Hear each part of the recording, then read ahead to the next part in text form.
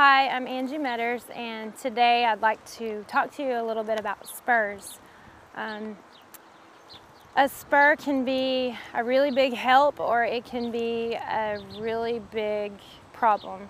I see a lot of times at the barrel races, I'll go and watch, and you'll see a girl with spurs on, and she's not, doesn't really use them effectively. I just want to make a point today to share with that. A spur, like I said, it can help you a lot and it can do a lot of things, but it can also ruin a horse and make them not like their job at all. The spur to me is an extension of my heel, and it's just to where, I don't have to move my leg as much. I mean, I can just touch this mare just a little, and she feels that. And so I can move her around and do different things by just a simple touch. During our run, I see, horses or girls that, their legs are coming out this far and they're just jamming it into the horse's ribs. And a lot of times I'll watch a horse and I feel like you'll see that horse and that horse's tail is just a ringing, and, they're actually slowing down versus running faster.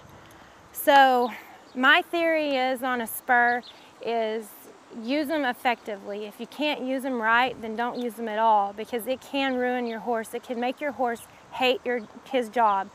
And I use this just like on me. If I have somebody, if I'm running and I have somebody jabbing me in the side, I'm probably going to be like, hurting and not really running as hard as I can. Now, I do think that a horse, you can surprise them with them and urge them, and it will make them run faster. But I don't think kicking the air out of them and jabbing them, when you shouldn't be, is going to help.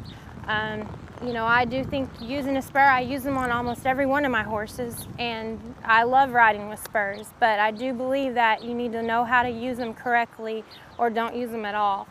You don't want to be spurring them back here in the flanks.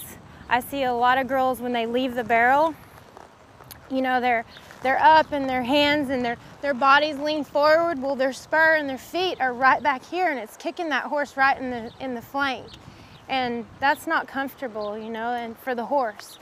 So I believe if you can't sit in the middle of your saddle and keep your legs and be conscious of your legs and where your feet are, and where you're spurring the horse, then the spurs are actually, doing you more damage than good.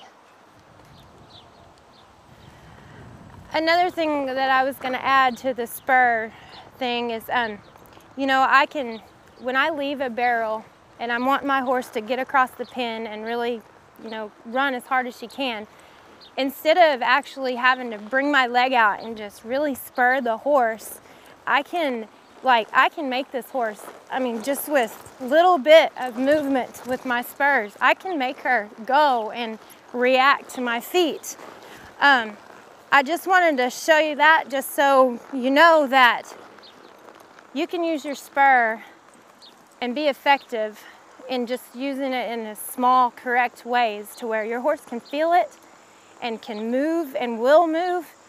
It's probably faster if you're just touching them and urging them to go forward instead of just jabbing them to where it actually hurts and is painful. I think that a horse will run faster and try harder for you and like his job better if you're urging them and using your spurs correctly versus hurting them to be effective.